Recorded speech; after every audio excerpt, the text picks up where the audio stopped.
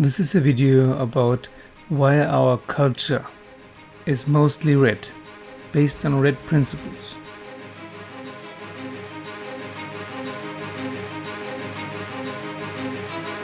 Good morning, this is a Spiral Dynamics video, and the topic of today is why our culture is mostly red.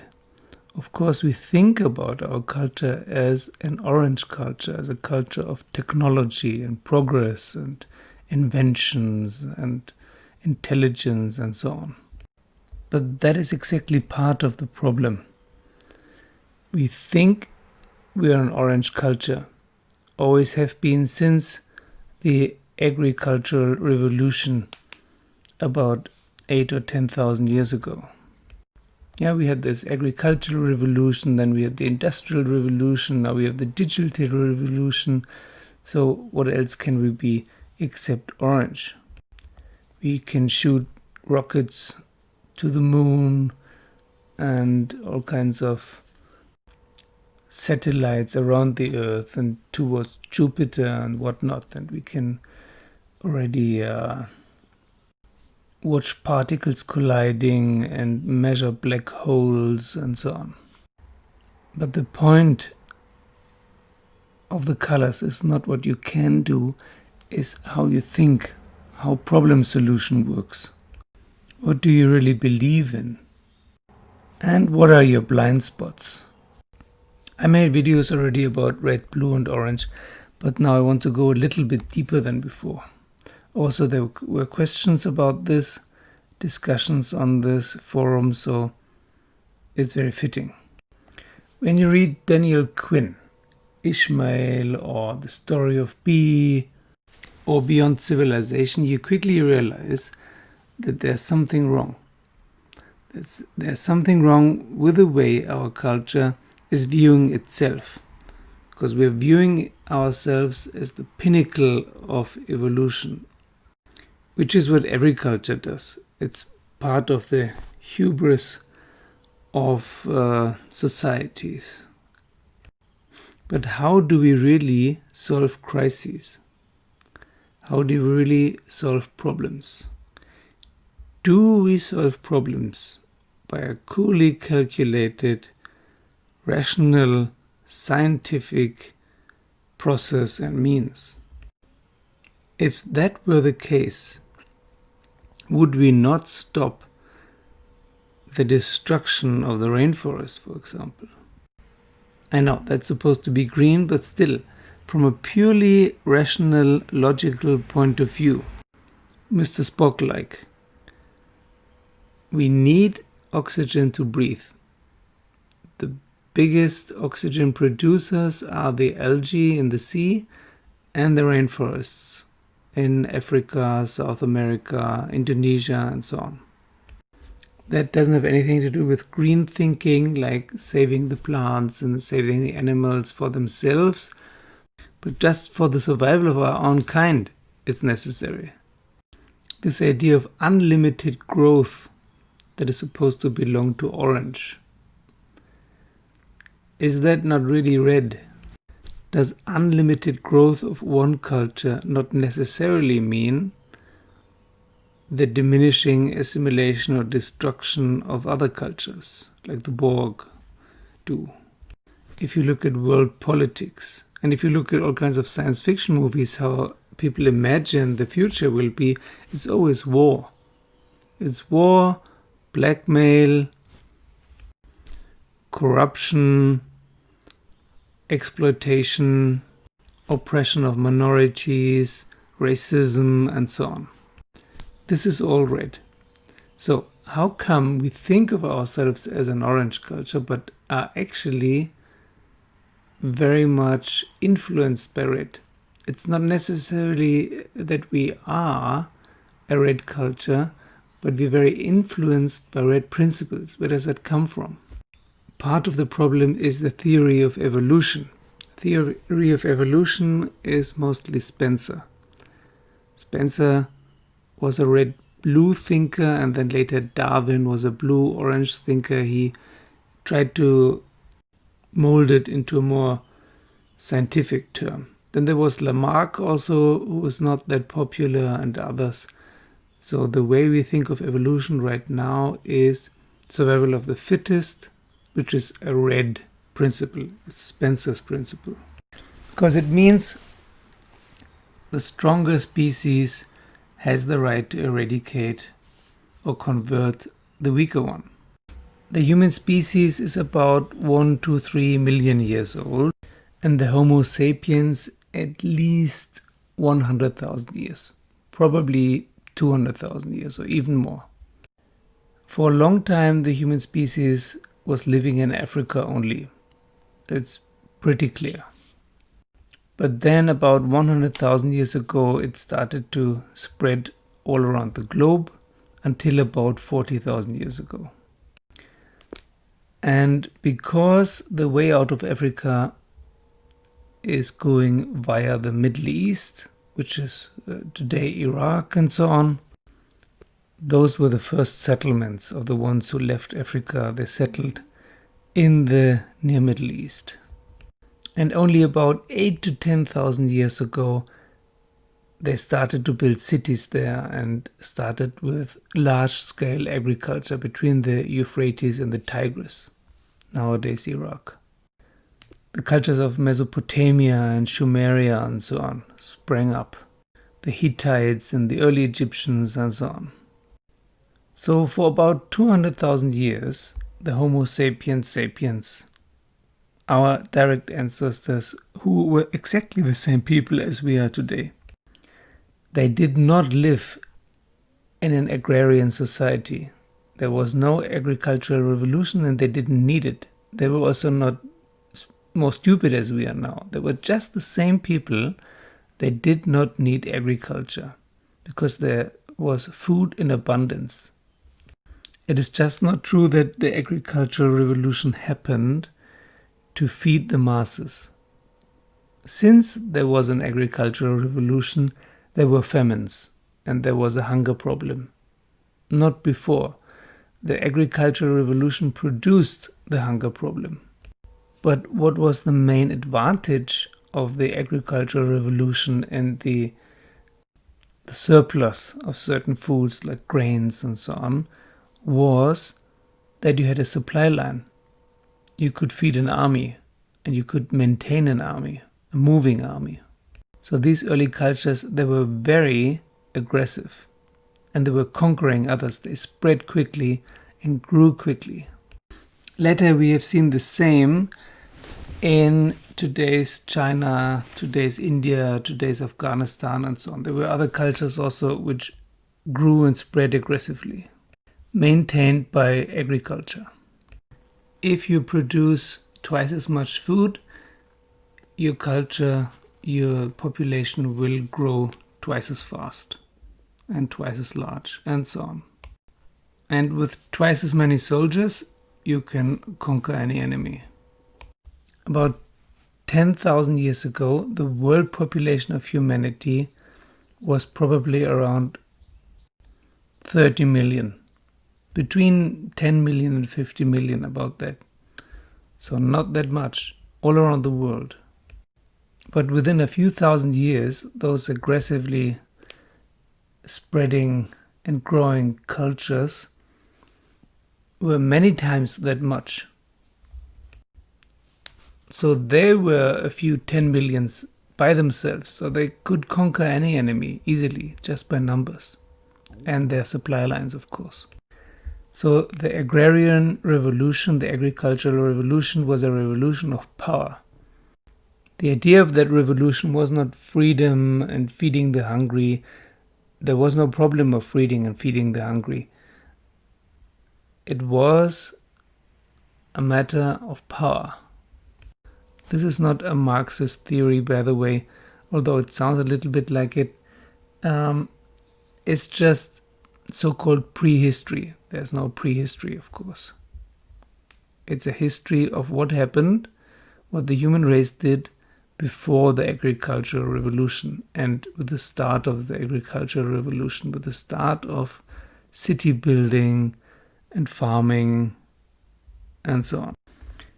About 5,000 years ago, the aggression really started. The conquering started. Those little states and countries where agriculture was practiced were becoming so large that to grow further they had to expand into other people's territory, of course.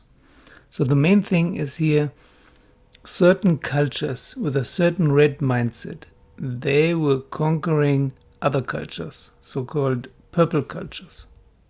And even blue and orange and green cultures, which existed, but they were too peaceful and they were obliterated.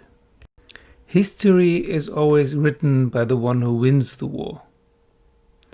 So, of course, if a red culture conquers another culture, it will always say the other culture was inferior. It's the usual war propaganda. Like, as we can see in the Roman Empire, Caesar's Gallic War. He rode home while he massacred the Gallics, the old French, and he wrote home about how glorious the Roman Empire is and will become. That's political marketing. It's not history. Paleontologically, it's quite clear that there were different cultures and they were living quite peacefully. And then some cultures, about 5,000 years ago, they went wild. And about 2,000 years ago, we had these large cultures like Greece and the Roman Empire and the Phoenicians and the Chinese, of course, and India and Khorasan and so on, Persia and whatnot. And every one of those cultures thought their culture was the center of the world and everyone else were barbarians. That was also the reason why slavery developed. Firstly, you had to maintain a huge workforce for this kind of culture, and secondly, those others were subhumans anyway. They were very inferior, so why not enslave them? And if they were intelligent, well, they lost the war, they were weak, so why not enslave them? That's quite like today as well. Weak cultures, like in Africa, they're enslaved as a workforce. They mine our gems and our precious metals like lithium and so on. So nowadays, those aggressive cultures, they constitute 99.99% of the world population. And other colors who do not want to conform, who do not want to live the red way, they're just stereotyped as inferior primitives. Even in spiral dynamics, we just say, they are purple savages. No, our culture is the savage one. Our culture is the one that suppresses everyone else. Has done so continually for 5,000 years, and all the other cultures have just been incorporated. Assimilate or die, that was always the motto for at least 5,000 years. That is also why in science fiction novels we can so well imagine cultures like the Borg who do that, because that's us. But the very important point here, it's not humanity, it's just this type of culture that we had in the East and the West. And this culture nowadays, it's not working anymore. It has reached its limit of growth. But the solution is not to reduce population, like some people want to do, even by killing people, because that wouldn't change the culture. It would just, in a few decades, if you would now kill half of the population of the whole world, in a few decades they would be back. The last doubling of the world population was between about 1960 and 2000, in about 36 years.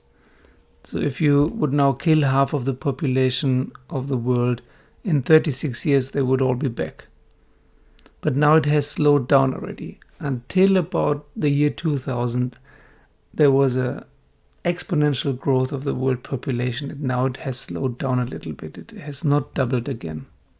And there are wars everywhere and famines and so on. So the crisis is there already for quite some time, and we are trying to patch them up, put a band-aid on it, instead of questioning the whole system of exponential growth. The next thing of that culture would be, if we follow the logic, is to expand to other planets in the solar system, which is of course what it wants to do, and that would just go on in that unjust way as always. Same procedures every year. Assimilate or die, and modern forms of slavery and exploitation and so on.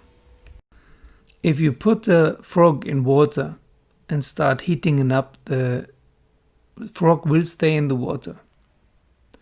If you put a frog in hot water, it will jump out. If you put a frog in cool or warm water and then heat it up slowly, the frog will stay there until it boils to death. And that is what is happening to our present dominant culture right now. We're boiling. And we're staying in the hot water thinking it's just great. There's no other way to live. Because what are we supposed to do? Go back to living as savages? Primitive, naked people living from day to day, plucking food from the trees? How's that possible? No one wants that. That is just red war propaganda. It's not the truth. Also, there were experiments on monkeys. A lot of experiments on monkeys. And you can discuss about how ethical they were, but still, we know quite a few things about monkeys, and we can imagine that they're very similar to how human beings would react. So there was an experiment with a monkey with a chip in the brain near our pleasure center. It's the same with monkeys and humans. There are pleasure centers in the brain. And the chip would stimulate the pleasure center when you pressed a button in a small box.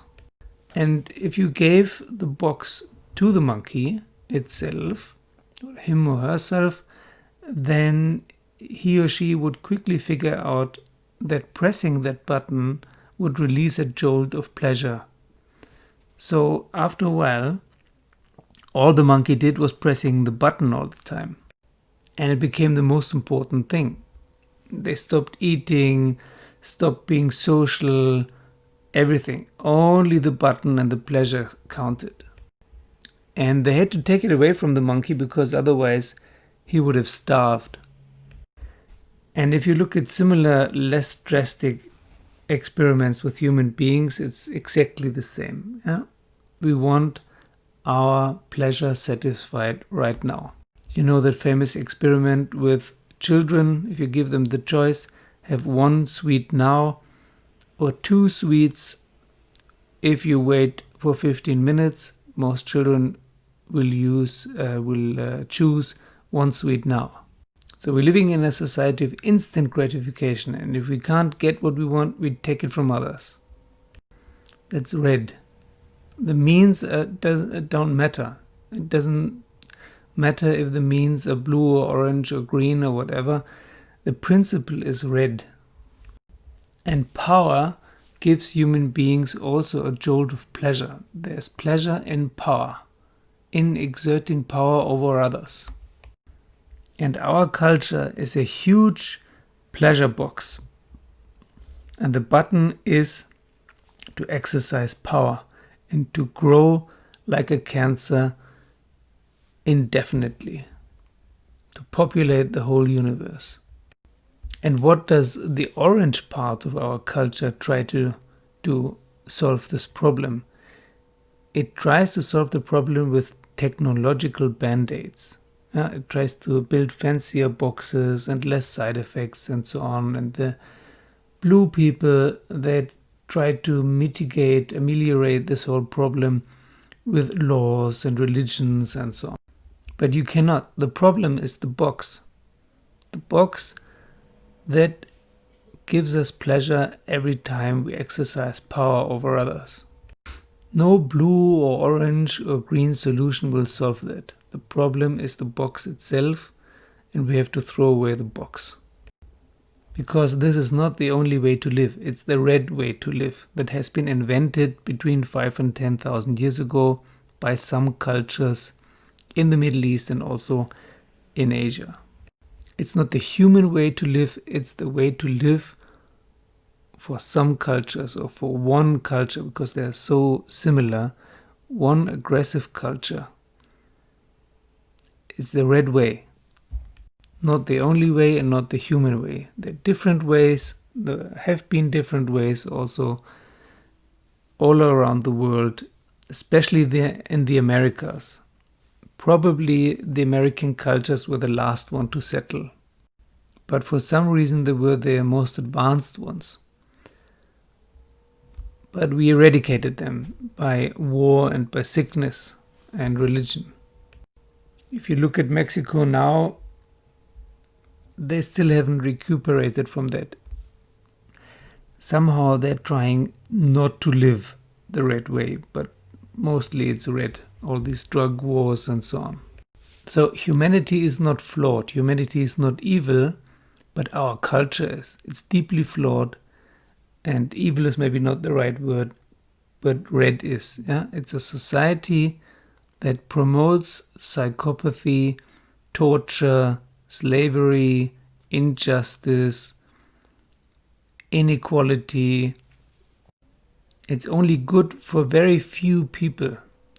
There's still an oligarchy or aristocracy. There's no democracy anywhere in the world.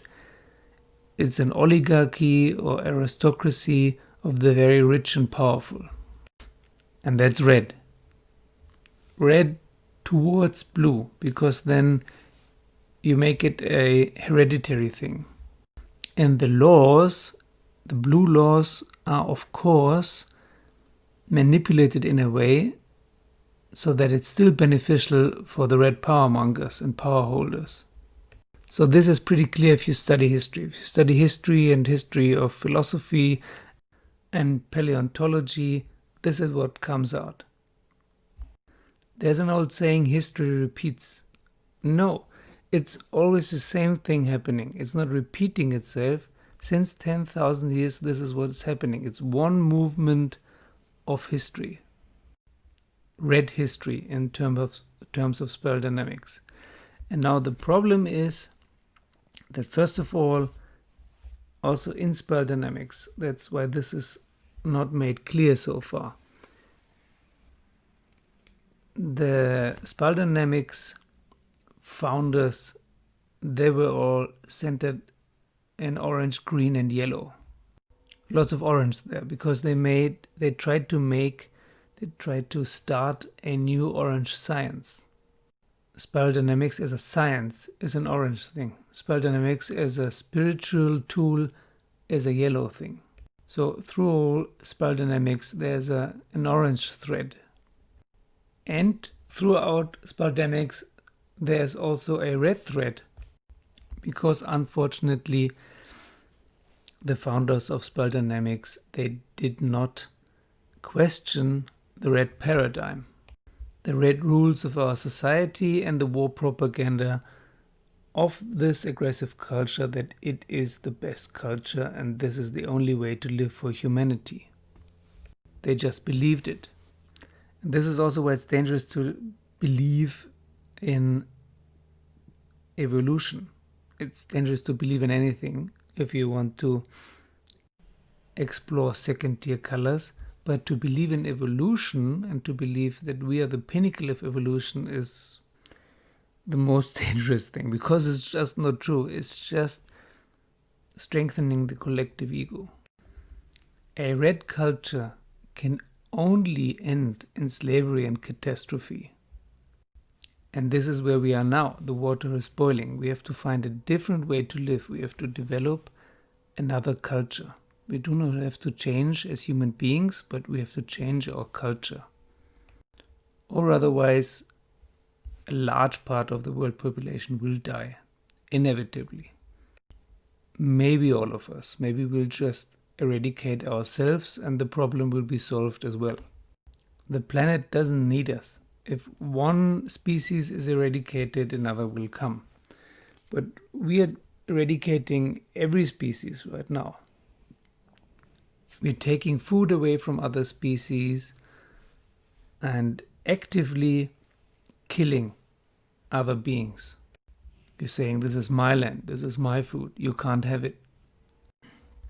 This is not an orange way to live, it's a red way to live. And natural sciences are just employed by the red culture and by the red power mongers. It's not itself that scientists are doing science. They're paid by red people to do red science, so to say.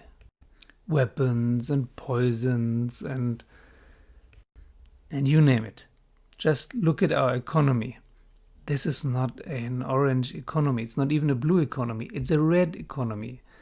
The strongest eats up the weaker ones. Mergers and acquisitions.